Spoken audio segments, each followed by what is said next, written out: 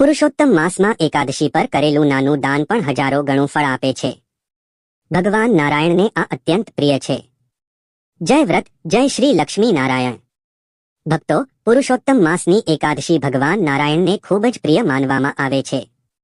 એવું પણ કહેવાય છે કે આ દુર્લભ પવિત્ર અવસર અમને લાંબા સમય બાદ લગભગ 3 વર્ષ પછી મળે છે. તેથી ભક્તોએ આ પવિત્ર એકાદશીને બિલકુલ અવગણવી નહીં જોઈએ.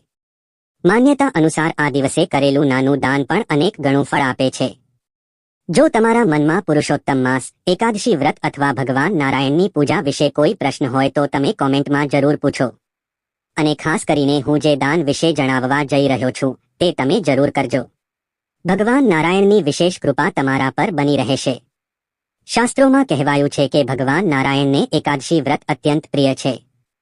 તેથી આ દિવસે મીઠા શરબતનું દાન કરવું ખૂબ જ શુભ માનવામાં આવે છે. જો શક્ય હોય તો ઘરે સ્વચ્છ અને પવિત્ર શરબત બનાવીને લઈ જજો અને ગરીબ, જરૂરિયાતમંદ લોકો અથવા મંદિરના બહાર ઊભેલા લોકોને પીરસો. તમે ઈચ્છો તો મંદિરમાં પણ તેનું દાન કરી શકો છો. પણ ભક્તો, અહીં એક નાનું ખાસ કામ પણ જરૂર કરવું. જો તમારી શ્રદ્ધા હોય તો શરબત દાન સાથે થોડું દક્ષિણા પણ જરૂર આપજો. અને જો વધુ શક્ય ન હોય તો માત્ર શ્રદ્ધાથીનો સિક્કો પણ આપી શકો છો. કારણ કે પુરુષોત્તમ માસમાં કરેલું દરેક દાન અનેક ગણું ફળ આપે છે. એવું પણ માનવામાં આવે છે કે તરસ્યા વ્યક્તિને પાણી પીવડાવવું સૌથી મોટું પુણ્ય કાર્ય છે. સાચા ભાવથી કરેલું નાનું દાન પણ સીધું ભગવાન લક્ષ્મી નારાયણ સુધી પહોંચે છે.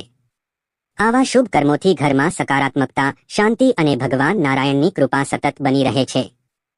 જો તમને આ માહિતી ઉપયોગી લાગી હોય તો વિડીયોને લાઇક કરો, શેર કરો અને અમારી ચેનલ ઓમ ભક્તિ ચેનલને સબસ્ક્રાઇબ કરવાનું ભૂલશો નહીં.